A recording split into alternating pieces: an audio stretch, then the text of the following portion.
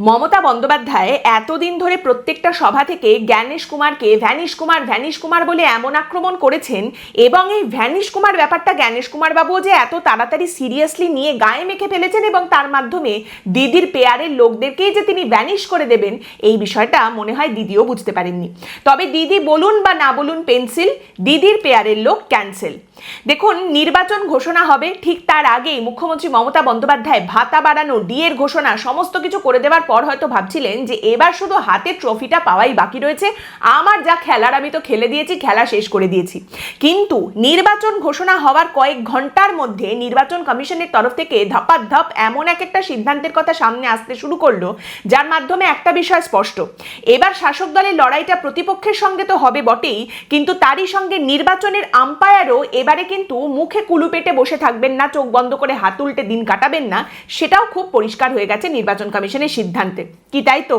নাকি এটাও একটা আই ওয়াশ, এখানেও একটা ভাওতাবাজি চলছে? কোনটা?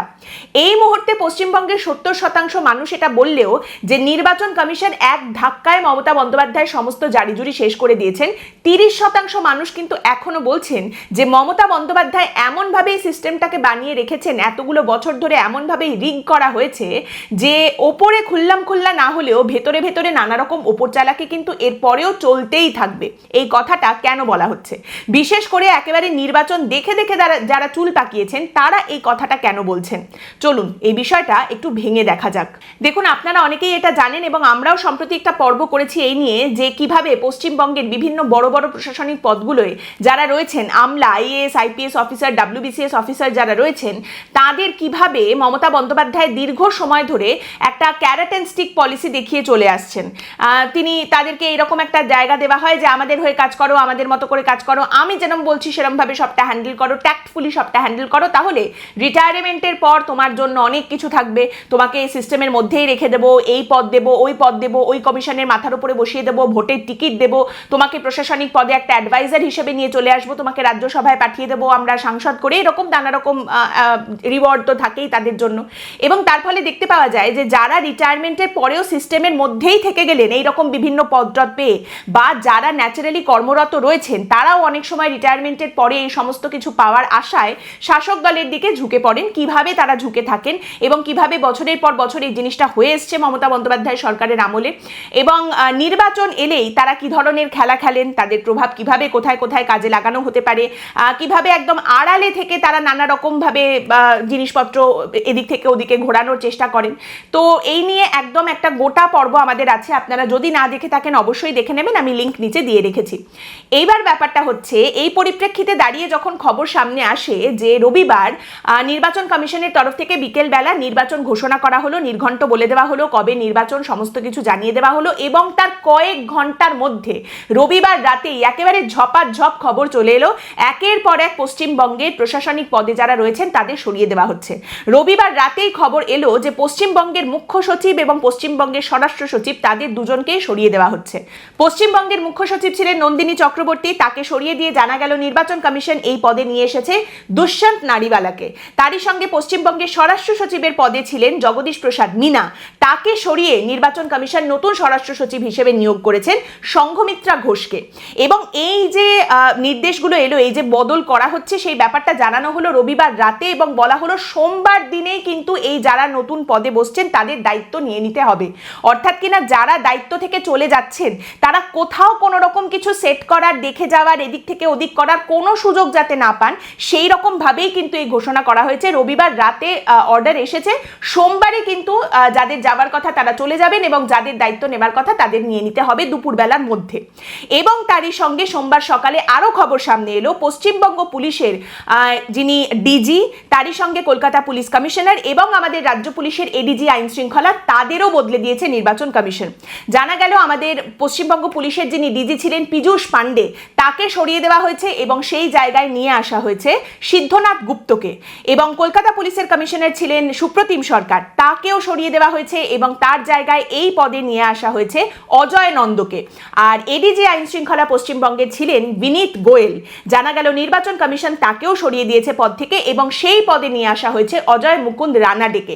অর্থাৎ বুঝতেই পারছেন পারছেন পশ্চিমবঙ্গের প্রশাসনিক পদের একেবারে ওপরে যারা ছিলেন, সব থেকে ওপরে যে নামগুলো ছিল, যে পদগুলো ছিল, সেখান থেকে কিন্তু তাদের একদম সরিয়ে দেওয়া হয়েছে এবং নতুন লোকজনকে নির্বাচন কমিশনের তরফ থেকে সেই পদগুলোয় বসানো হয়েছে। নির্বাচনের সময় তারাই কিন্তু এই দায়িত্বগুলো সামলাবেন এবং এই নিয়ে মমতা বন্দ্যোপাধ্যায় কিন্তু একেবারে নাম করে চিৎকার করে বলেছেন, কেন চেঞ্জ করলেন সুপ্রতিমকে, কেন পুলিশ কমিশনার সুপ্রতিমকে কেন চেঞ্জ করলেন?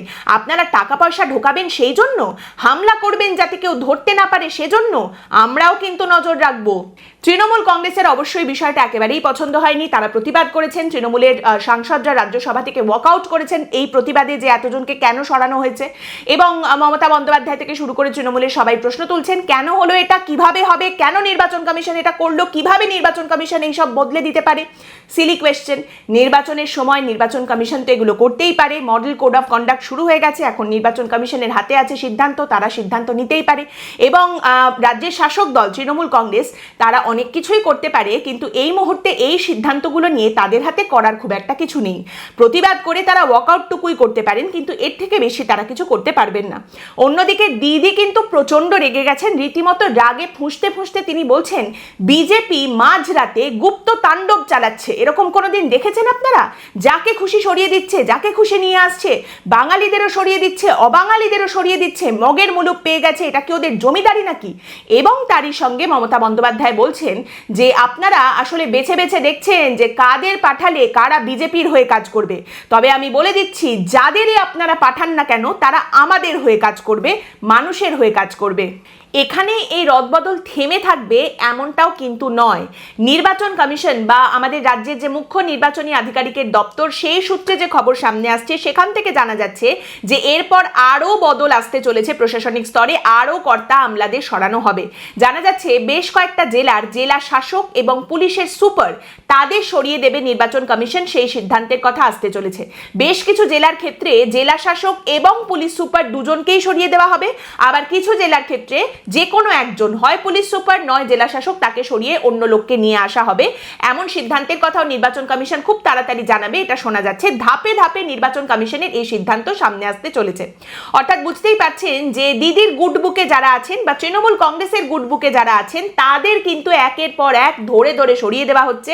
তার বদলে এমন লোকজনকে নির্বাচন কমিশন পদে নিয়ে আসছে যাদের নির্বাচন কমিশন মনে করছে যে এরা নিরপেক্ষভাবে কাজ করতে পারবেন, বা যারা অত্যন্ত দক্ষ কর্মচারী, দক্ষ আমলা, কিন্তু তাদের দক্ষতার অভিশাপে মমতা বন্দ্যোপাধ্যায় বা তৃণমূল কংগ্রেসের ব্যাড বুকে তারা চলে গিয়েছিলেন, তাদের এই পদগুলোয় নিয়ে আসা হচ্ছে।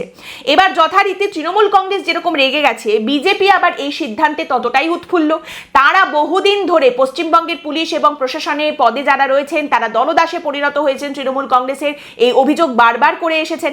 এখন সেখান থেকে সেই সমস্ত পদ থেকে লোকজনকে সরিয়ে দিয়ে নতুন লোকজনকে নিয়ে আসা মানে বিজেপি বেশ খানিকটা লেভেল প্লেইং ফিল্ড পাবে, এমনটা তারা মনে করছে।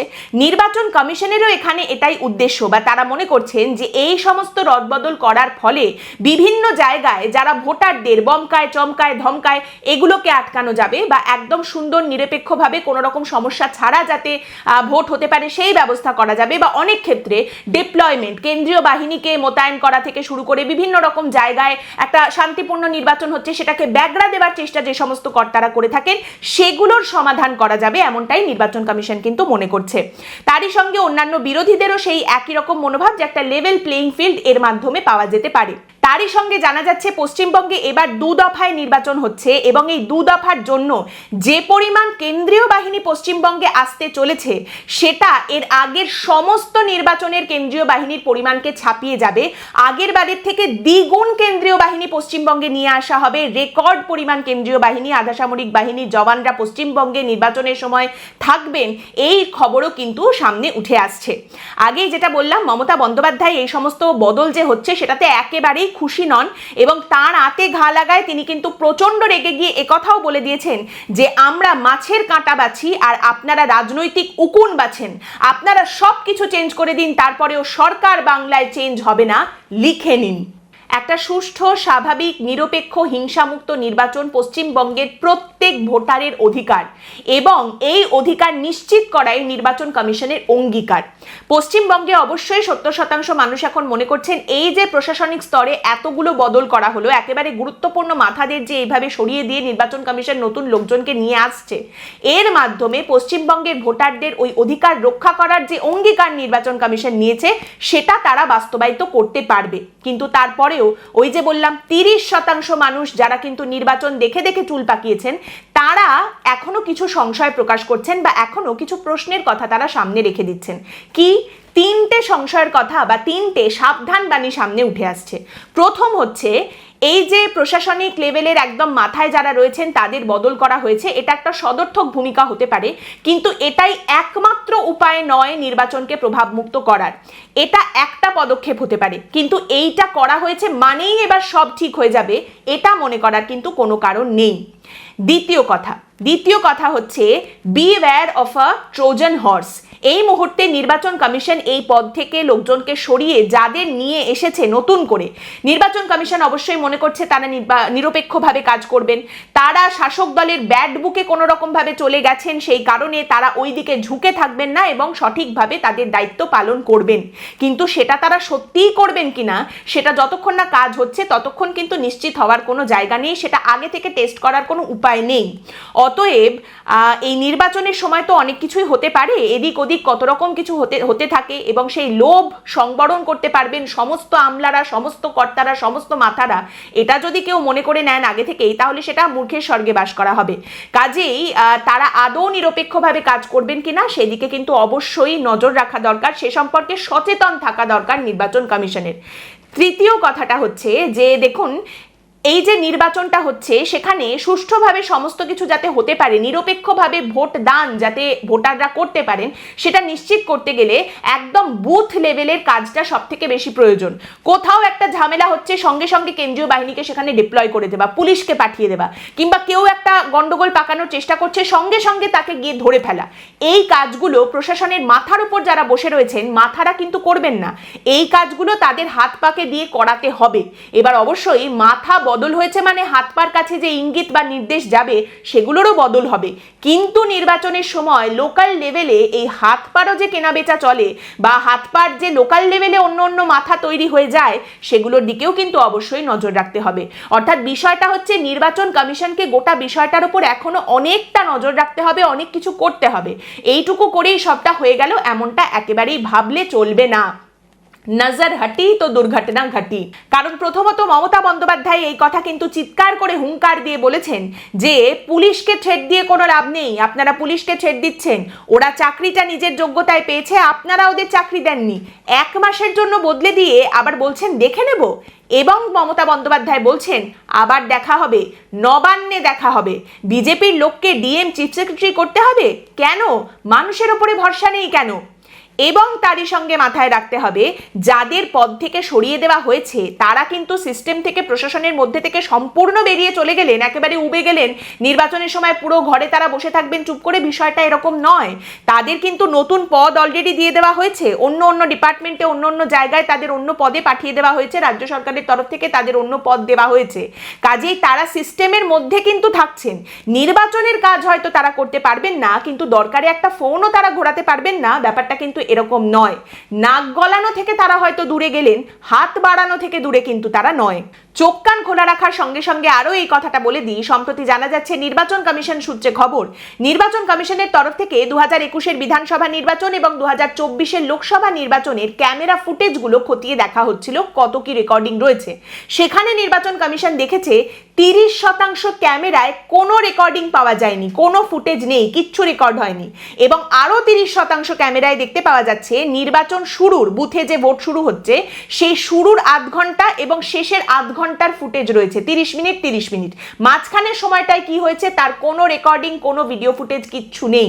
এবং আরো ইন্টারেস্টিং বিষয়, নির্বাচন কমিশন বলছে এর মধ্যে একাধিক ক্যামেরা স্পর্শকাতর যে এলাকা, স্পর্শকাতর যে বুথ, সেই সমস্ত জায়গায় লাগানো ছিল এবং সেগুলোর মধ্যে অনেক জায়গা থেকেই কিন্তু নির্বাচনের সময় হিংসার বা গন্ডগোল হয়েছে এরকম অভিযোগ উঠে এসেছে।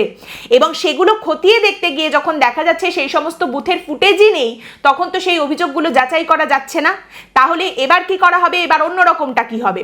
জানা যাচ্ছে নির্বাচন কমিশনের এই বিষয়টা নজরে আসার পরে নির্বাচন কমিশন নতুন করে টেন্ডার ডেকেছে, নতুন সংস্থাকে এই ওয়েবক্যামের দায়িত্ব দেওয়া হচ্ছে এবং সেটা দেখতে গিয়ে পশ্চিমবঙ্গের বাইরের রাজ্যের 3টি সংস্থাকে এই ওয়েবক্যামের দায়িত্ব দেওয়া হয়েছে নির্বাচন কমিশনের তরফ থেকে।